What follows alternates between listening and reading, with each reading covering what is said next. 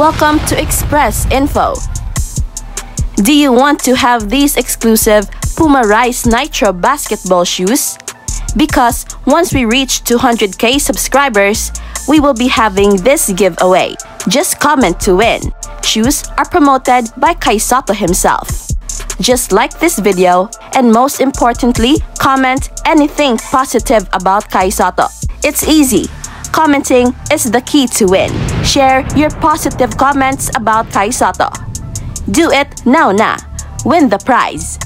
Stay tuned for more updates. Kai Sotto, ginulat ang lahat. Dahil nung akala na ng lahat ay tapos na ang kanyang NBA dream, dahil nga sabi ng iba dyan ay isang career-ending injury daw ang natamo ni Kai Sotto. Pero bigla na lang lumabas ang reports na balik ensayo na si Kai Sotto.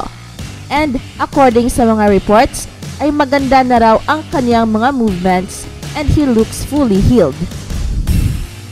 Bumalik na raw ang kanyang speed and quickness na siyang unang napansin ng mga fans na nawawala na sa kanya noong nagkaroon siya ng injury. And the good news ay mas bumilis pa daw nga si Kai Sotto ngayon at mas lumalakas pa ang kanyang katawan. And it seems like merong gustong patunayan si Kai Sotto na he is not just all hype, na hindi lang siya sikat kundi isa siyang legit talent and legit NBA prospect.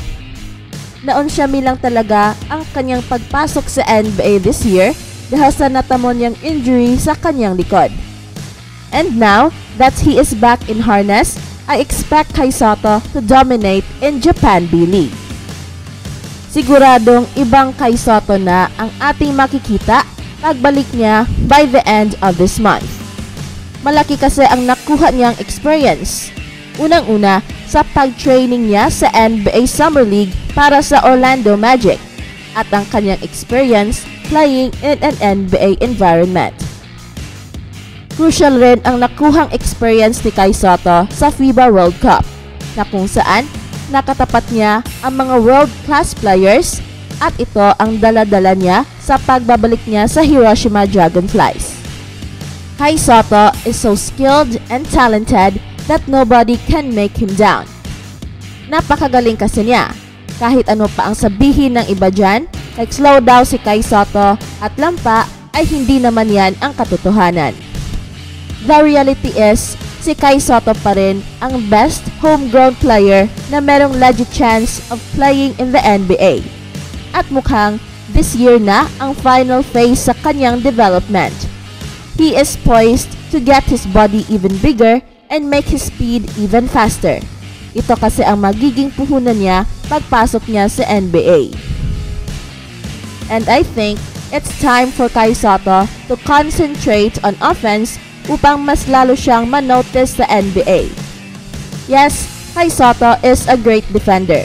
Pero isang natural scorer kasi siya, kaya nakukuha niya ang kanyang energy kapag nakakapuntos siya.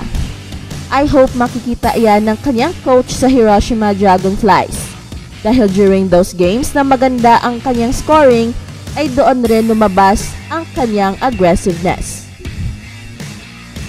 Kulang lang talaga ng playing time si Kai Sotto at kulang rin ang kanyang role sa opensa.